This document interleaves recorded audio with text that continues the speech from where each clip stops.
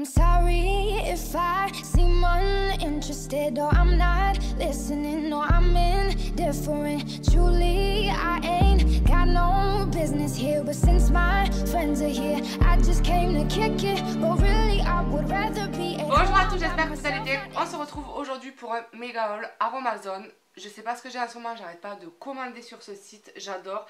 J'adore faire mes cosmétiques en ce moment, tester des nouvelles choses, des crèmes pour le corps, pour le visage, des highlighters. Enfin, vraiment, en ce moment, je suis vraiment à fond sur ça. Puis de toute façon, il faut avouer que je ne bouge pas beaucoup, donc j'essaye de m'occuper au maximum et avec des choses utiles. Donc, comme je vous le disais, j'ai fait beaucoup de commandes sur le site Aromazone ces derniers temps. C'était vraiment limite trop. Mais bon, c'est pour la bonne cause. Ça me permet de tester des recettes, d'en faire partager mes amis, etc. Donc là, on va vraiment parler des deux dernières commandes parce que suite à ma vidéo Aromazone, j'ai encore fait pas mal de commandes derrière. Mais voilà, si je vous montre tout, la vidéo va durer 3 heures. Mais là, les deux dernières commandes étaient quand même pas mal. Donc c'est parti, on va commencer maintenant. Donc on va commencer par ce genre de choses. Et en fait, c'est tout simplement un moule en silicone en forme de nounours. Là, en fait, on voit les pattes et la queue. Et en fait, je voulais m'en prendre un pour faire des savons, en fait. Donc voilà. Je vous mettrai une petite image ici pour vous montrer ce que ça représente. Mais voilà, je voulais le prendre et on verra bien ce que ça donne. Voilà, donc ensuite on va passer au matériel que je me suis pris. Donc pour commencer, je me suis pris un bol cosmétique chauffant comme ceci. Je fais souvent mes crèmes et tout au bain-marie. En fait je me suis dit que ça serait carrément plus sympa. Franchement en plus c'est vraiment pas cher. Je trouve, je crois que je l'ai payé dans les 14-15 euros, un truc comme ça. Je vous mettrai les prix ici ou en barre d'informations. Et voilà, donc je me suis pris un bol qui se présente comme ceci à l'intérieur. Donc avant de l'utiliser, il faut bien sûr le désinfecter à l'alcool, n'oubliez vraiment pas ça. Et avec une petite maryse en plastique comme ceci pour bien racler les bords. Il conseille d'éviter les matériaux en inox, ferraille et tout pour racler le bol. Parce qu'en fait le bol contient un film de protection alimentaire, je crois, quelque chose comme ça. Donc je veux pas dire de bêtises, mais je crois que c'est ça. Donc voilà, c'est pour ça qu'ils ont fourni une spatule à maryse. Ensuite je me suis pris une balance de précision au gramme près. J'ai une balance de précision mais elle est vraiment pas au gramme près. J'ai essayé de faire des cosmétiques, du coup ça m'a faussé tout le truc et j'étais dégoûtée. Donc du coup j'ai décidé de prendre ça. Ensuite je me suis pris un mousseur émulsionneur. Voilà comme ceci. Donc ça se présente comme ceci. J'ai mis les piles, je voulais l'essayer. Et vous avez un genre d'embout comme ceci. Et ça tourne. Voilà, tout simplement. Voilà, donc je me suis pris ça. Ensuite en matériaux, j'ai pris une petite maryse comme ceci. Voilà, toute simple. Après sur Amazon, je me suis pris ce genre de cuillère en 1 millilitre. Vous avez 2, 5, 5, 7, 5 et 15. Et en fait je croyais que c'était en TBS, en mesure américaine, et pas du tout. Donc bon, c'est pas grave. Je vais le garder, je la recommanderai la prochaine fois. Je me suis pris 2 seringues, donc une en 50 ml et une max 30 ml je crois. Que je dise pas de bêtises, 10 ml pardon. Voilà, donc ça c'est pour faire mes mesures. Ensuite je me suis pris des petites étiquettes comme ceci. Ensuite qu'est-ce que j'ai pris? Et bien c'est tout. Voilà, après on va passer carrément au matériel. Donc on va directement passer au mica. Donc j'ai repris du noisette scintillant, j'ai repris du blanc brillant, j'ai repris du bronze. Qu'est-ce que j'ai pris encore? J'en ai pris, j'ai pris du brillant effet pailleté. Donc je sais pas du tout ce qu'il donne. Ouais, c'est un genre d'argent en fait. Voilà, comme ceci. Et j'ai repris du beige nude. Donc ça c'est vraiment les mica que je me sers énormément en ce moment pour faire mes highlighters. Enfin voilà, je teste énormément de choses. Je les mets dans mes crèmes également. Surtout le bronze, voilà, en ce moment je suis un peu plus allée. Donc je me permets dans mes huiles en fait de me pchiter le corps. Et du coup ça me fait un buste un peu, vous savez, comme les huiles pailletées de chez Nuxe, etc. Et ça coûte beaucoup moins cher bien sûr. Et j'adore mettre ça dans mes crèmes et dans mes huiles. Ensuite j'ai pris du orange sequin. J'en avais déjà un que j'avais fait des petits mélanges pour voir ce que ça donnait en fait. Et là j'ai décidé d'en prendre un, mais pour l'utiliser seul, pour voir si je peux me faire un blush en fait. Voilà, donc on verra bien. Ensuite, qu'est-ce que j'ai pris? J'ai pris de la caféine. Donc, il n'y a pas de secret, la caféine c'est un effet minceur mais également défatigant. Donc ça se présente sous forme de poudre blanche. Et en fait je vais essayer, bien sûr après août, de me faire des huiles amincissantes entre guillemets, mais surtout pour activer, parce que j'ai beaucoup de peau d'orange ces derniers temps, enfin ces derniers mois surtout, beaucoup de peau d'orange, beaucoup de vergetures. Donc les vergetures elles sont rouges, donc je fais un maximum pour qu'elles restent rouges et qu'elles s'estompent au fil des mois. Voilà, j'huile un maximum, j'utilise même plus de crème, c'est vraiment que de l'huile, de l'huile. J'en mets en tonnes, dès que ça a pénétré, j'en remets s'il le faut. Enfin voilà, je mets 3 tonnes d'huile, vraiment pour pouvoir nourrir ces vergetures et qu'elles ne restent pas après. Bon, après si j'en ai quelques, c'est pas grave, mais j'essaye de limiter les dégâts.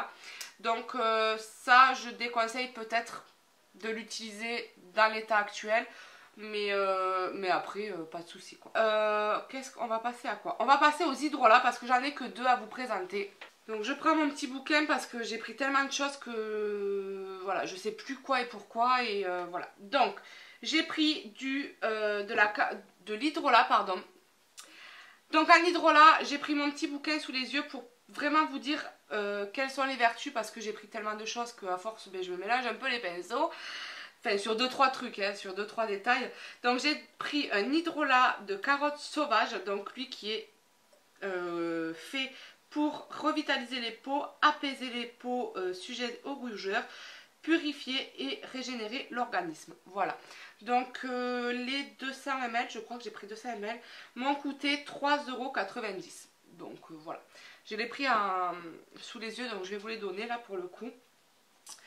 Et ensuite, j'ai pris du jasmin sambac. Donc, j'ai même pas besoin de le lire parce qu'en fait, je l'ai surtout pris pour son odeur. En fait, pas plus pour ses vertus, mais surtout pour son odeur. Donc, sinon, au niveau des vertus, ils disent que c'est un tonique cutané. Et voilà, c'est surtout qu'elle apporte des notes florales raffinées à vos soins. Voilà, c'est surtout pour ça que je l'ai pris. C'est vraiment parce que ça sent super bon. Voilà. On va pas se mentir, il y a beaucoup d'eau florale qui sentent pas la rose, voilà, c'est le cas de le dire. La carotte sauvage, je sais pas du tout l'odeur que ça a. Non, ça va encore, ça va, mais le jasmin il sent vraiment trop bon. Voilà pour ça. Ensuite, je vais passer au macérat huileux. Voilà, j'ai pris mon petit bouquin, je me suis fait des petits pince-bêtes pour ne rien oublier. Donc on va commencer par un macérat de calendula. Donc lui c'est surtout pour ses effets apaisants que je l'ai pris. Mais sinon ils disent qu'il est recommandé pour les peaux sensibles, rugueuses et tiraillées. C'est une huile apaisante et qui est vraiment faite pour les peaux sensibles et fragiles. Voilà, donc je vous parle en fait de ma peau là, tout simplement. Ensuite j'ai pris un macérat huileux d'aloe vera. Donc j'ai déjà un gel d'aloe vera, mais là je voulais vraiment prendre le macérat huileux. Donc il est revitalisant, lissant, il régénère les cellules et la synthèse du collagène, et l'épiderme est plus souple et le teint plus lumineux. Voilà pour ça. Ensuite j'ai pris du macérat huileux de Monoï. Donc il se présente comme ceci. Et donc sur le Monoï, ils disent qu'il protège, nourrit, lisse. Donc il protège la peau, pardon. Il nourrit, lisse et embellit les cheveux. Bon, moi après je l'ai pris surtout pour son parfum. Voilà, qui est... Voilà, ça sent trop bon. Et j'aime beaucoup. Donc hop. Voilà, au niveau de l'odeur, il n'y a pas à dire. Ça sent trop bon. Voilà, ensuite j'ai repris un macérat huileux de vanille. Donc ça c'est surtout pour son effet très nourrissant, mais également pour son odeur tout simplement, parce que le macérat huileux de vanille ça sent juste trop bon, il n'y a rien à dire. Donc voilà pour les macérats huileux. Ensuite on va passer aux huiles végétales directement. Donc il y en a une, je vais même plus lire parce que je la connais par cœur, c'est l'huile d'avocat. Donc elle est vraiment protectrice, anti-âge et excellente pour les vergetures. Voilà, si vous avez des vergetures, n'hésitez pas à prendre l'huile d'avocat. Au niveau de l'odeur, c'est pas le top, mais voilà, enfin je veux dire, moi je m'en fous. Tant que ça me donne des résultats, il n'y a pas de souci, je prends quoi. Donc voilà, sinon je sais qu'au niveau des vergetures, vous avez l'huile d'amande douce qui est très bonne, et également l'huile de buriti. Voilà, si jamais vous le voulez, l'huile de buriti est très bien. Moi pour le coup je prends celle d'avocat, je prends de l'amande douce, en fait ça dépend. J'ai tellement d'huile qu'il y en a beaucoup qui sont faites pour les vergetures. Comme je vous disais, il y a l'avocat, il y a l'amande douce. Je crois qu'il y a le... Je suis en train de regarder parce qu'il y en a une, j'ai perdu le nom. Donc je ne sais plus exactement quelle huile, mais si jamais, je vais vous mettre un petit post en barre d'informations pour vous dire les excellentes huiles au niveau des vergetures. Ensuite, on va passer à l'huile de buriti. Donc celle-ci, elle prépare la peau au soleil, prévient le vieillissement cutané et en emprisonnant les radicaux libres. Elle prolonge le bronzage et elle est émolliente et hydratante. Donc voilà pour celle-ci. J'en ai pris un tout petit peu en fait pour mettre dans mes préparations de crème. Ensuite, on va passer à l'huile de jojoba. Celle-ci, je l'ai prise surtout parce que c'est une huile sèche, il me semble. Et en fait, elle est protectrice et anti-âge. Mais également, ils disent qu'elle est calmante et assouplissante et qu'elle protège la déshydratation et les rides. Voilà, donc elle est anti-âge comme je vous le disais. Ensuite, on va passer à l'huile d'onagre. Donc celle-ci, elle est protectrice et régénérante. Mais ils disent également que c'est un excellent anti-âge, qu'elle restaure la souplesse de l'épiderme et qu'elle est adoucissante et revitalisante. Voilà pour ça. Ensuite, on va passer aux gommes naturelles, donc qui se présentent comme ceci dans des pots bleus. J'aime beaucoup parce que les pots, on peut les réutiliser en fait, tout simplement. Là, il y a beaucoup de beurre végétaux que j'ai fini, j'ai gardé les pots. Et du coup, ça me permet, quand je prends des préparations, de remettre directement dans les pots. Voilà, donc on va passer à la gomme Gare, qui est un gélifiant naturel tout simplement. Donc je vais vous dire ce qu'ils disent dessus. Ils disent que cet agent épaississant permet de donner de la consistance aux crèmes, aux crèmes et au lait. Il permet aussi en concentration plus forte d'obtenir des textures gel. Donc je pense que vous avez compris, il épaissit les crèmes. Voilà. Ensuite, je me suis pris de la gomme Xanthan qui est aussi un gélifiant naturel. Mais donc sur celui-ci, pardon, il dit: cette gomme naturelle permet la réalisation de beaux gels à queue parfaitement transparents. Et elle augmente également la stabilité des émulsions. Voilà, parce que des fois j'aime bien émulsionner mes crèmes et j'aime bien qu'elles restent comme ça. Et le problème c'est qu'on a besoin de ce genre de choses pour réussir à tenir nos crèmes. Il me semble que j'avais pris un conservateur mais j'ai dû le ranger. Bon, en conservateur je prends du pépin de pamplemousse et du Cosgar. Voilà, tout simplement. Ensuite, on va passer aux actifs cosmétiques. Donc là, j'en ai deux à vous présenter. Je crois que je ne me trompe pas, j'ai tellement pris de choses. Donc ça, c'est des émulsifiants et cire naturelle, je crois. Ouais, et ça, c'est un émulsifiant aussi. Donc ça, on en passera après. On va parler directement des actifs cosmétiques. Et je me suis pris un extrait de bourgeon de hêtre qui, lui, est oxygénant et anti-rides. Mais je vais également vous dire ce qu'ils disent dessus. Extrait de bourgeon de hêtre, donc véritable élixir de jeunesse. Cet extrait inspiré de la gémothérapie booste l'oxygénation des cellules, dynamise le métabolisme cellulaire, lisse les rides et améliore l'hydratation cutanée. Voilà. Et ensuite, je me suis pris un complexe d'hydratation intense. Donc, c'est tout simplement un hydratant qu'on va venir mettre dans nos masques, dans nos crèmes, dans nos laits, dans nos soins hydratants, vraiment dans tout. Donc, il y a des dosages à respecter. Donc, n'hésitez vraiment pas à aller sur le site Aromazone. Donc, même si je crée mes cosmétiques, je vais toujours sur le site Aromazone, sur Internet, pour ne pas trop mettre de choses. Parce qu'après, ça peut devenir pas dangereux, mais peut-être irritant et pas très bon pour la peau au final. Alors que on veut justement avoir quelque chose de très bien pour la peau. Voilà, donc il faut vraiment bien respecter les doses. Donc il faut savoir que l'hydratant est aussi bon pour le visage, pour le corps que pour les cheveux. Et que vous pouvez le mettre dans n'importe quelle crème. Mais faire attention au dosage. Donc là vous voyez, dosage 1 à 3% dans mon masque, crème, lait et autres soins. Voilà, il y a vraiment, faut vraiment faire attention et aller sur le site Aromazone pour voir. Par exemple, si je fais 200 ml de crème, le dosage sera pas pareil si je veux faire un contenant de 200 ml, 100 ml ou 50 ml. Donc faites très très attention. Voilà, ensuite on va passer au Dry Touch, donc il se présente comme ceci. Donc j'en ai déjà un, j'en ai recommandé un, et en fait tout simplement c'est un agent de toucher, et en fait il permet aux phases huileuses de devenir sèches. Voilà, donc en fait, si vous voulez, par exemple, là j'ai créé des highlighters pour la peau, et en fait ça me permet de ne pas avoir ce côté trop huileux. Et vous pouvez également le mettre, par exemple, si vous faites un sérum aux huiles et que c'est un sérum que vous voulez mettre avant votre crème, n'hésitez surtout pas à mettre du Dry Touch. Pareil, faites attention au dosage et ça vous fera une huile sèche, et vous pouvez passer ensuite à vos soins habituels. Ça va aller. Voilà. Ensuite, j'ai pris du coco silicone qui, lui, pareil, est un produit de base et qui est émollient. Donc, c'est 100% d'origine végétale. Ils disent que cet émollient est une excellente alternative au silicone synthétique, aussi bien dans les crèmes pour réduire l'effet blanchissant, apporter un toucher doux et une glisse parfaite que sur les cheveux pour les gainer, leur donner de la brillance. Son toucher est fin et évanescent. Donc par contre, si Aromazone passe par là, ça me gonfle.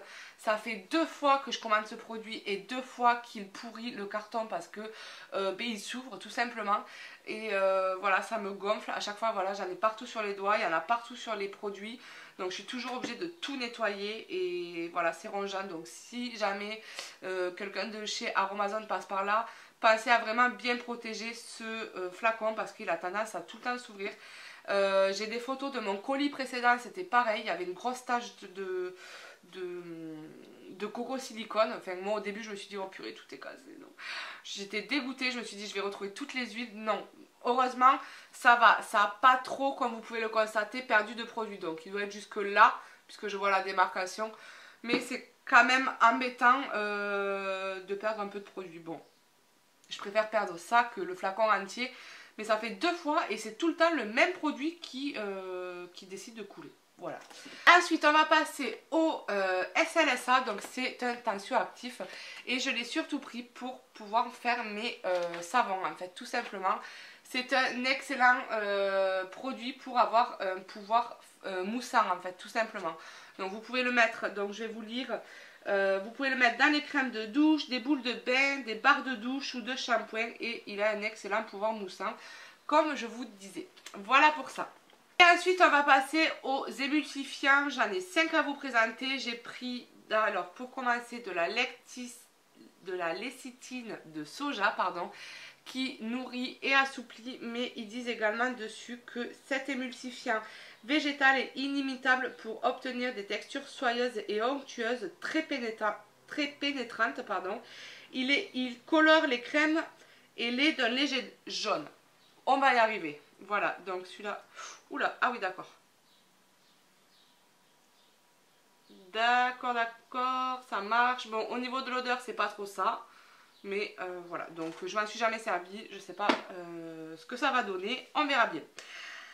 Ensuite, j'ai pris la cire émulsifiante numéro 1 qui est donc appelée également Polawax outre-Manche. Cette cire émulsifiante d'origine végétale donne de très belles crèmes épaisses et onctueuses, mais aussi des textures mousse.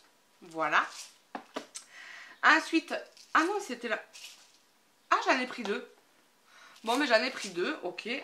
Ensuite, j'ai pris de la cire émulsifiante numéro 3. Donc, ils disent auto-émulsifiant très facile d'emploi pour réaliser des crèmes lisses et onctueuses, toucher non gras et frais garanti. Voilà. Et ensuite, on va passer à une cire naturelle. Donc, je vais trouver... Donc, c'est de la cire d'abeille, tout simplement. Donc, à la base, je voulais faire des baumes à lèvres. et je me suis dit pourquoi pas faire autre chose. Mais je vais vous lire quand même ce qu'ils disent dessus si j'arrive à le trouver. Ah voilà, c'est là. Cire, donc cire d'abeille blanche, parce que vous avez la cire d'abeille jaune également. Donc ils disent matière première incontournable pour réaliser baumes et crèmes cosmétiques naturelles. Cette cire s'utilise également pour réaliser vos bougies naturelles. Voilà.